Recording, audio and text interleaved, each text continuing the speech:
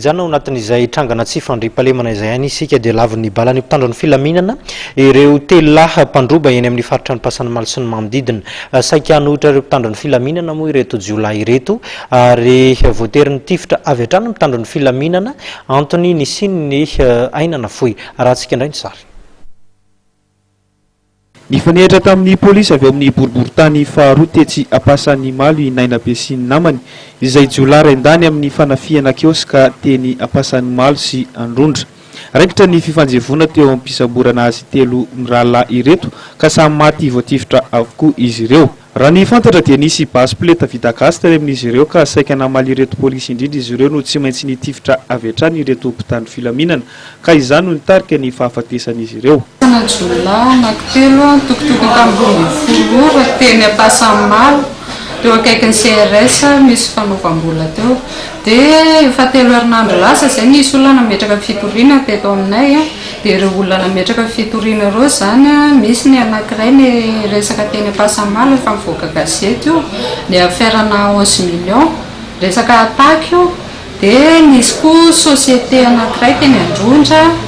mbola atakin'ireo olona ireo ihany koa dia ireo olona ireo zany no nazahoany renseignement hoe atsy amin'ny toerana atsy no ivorin'ny olona dia rehefa nandeha teny zany ny mpitandro filaminana nalefa aloha ny renseignement nalefa ny renseignement dia rehefa voangona tsara dia hita tratra teo ilay olona dia namoaka basy ry zareo io hitantsika io zany basiny nampiasa PATT vita gasy izy dia nampiasa calibre cartouche vita gasy koa dia ohatry misy somary vola tabaka ohatry ny skidy sa tsy hay filaza azy fa reo ny tratra teny any dia namoaka basy izy zany dia tifitra mpitandro filaminana sy izay olona tratra ny hitany teo amin'ny zone teo dia avy eo amin'izay namaly nanao riposte zany zareo dia avy eo nandeha moa ny famonjevona dia izay na tratrarana ireo resultat ireo. Namarina ny fatiny ireto jiolahy teny amin'ny tranopaty ireo voatafika ka nambaran'izy ireo tokoa fa izy ireo tokoa no nanafika azy ireo nandritra ireo fanafiana. Tsona azo moa tety amin'ny polisy dia nasiana kena mora kay dia fanamariana teny hoe le olona nanafika atao aminay tokoa izy sa olona hafa dia rehefa tonga teny dia izy roa tambin-drareo tao moa no izy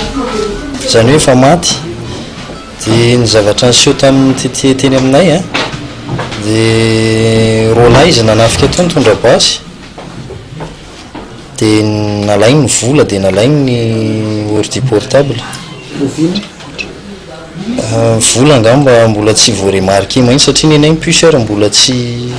voarécupéré puce raha hatramin'izao dia tsy hita compte aloha raha tsy tonga le puce hijerena dernière transaction tao dia ny ordi portable ny lasany dia ny telefona rehetra. Vehivavy ray hafa kosa no voatazona eny amin'ny komisarian'ny polisy boriboritany faharoa etsy Ambozatovo ambony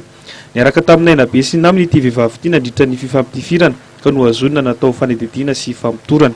Eoamisokatra ny fanadidina momba ity raharaha ity ankehitriny ary mitoy ny fikarohana ireo mety ho namany Nainabe sy ireto lavy tetsy Ampasanimalo.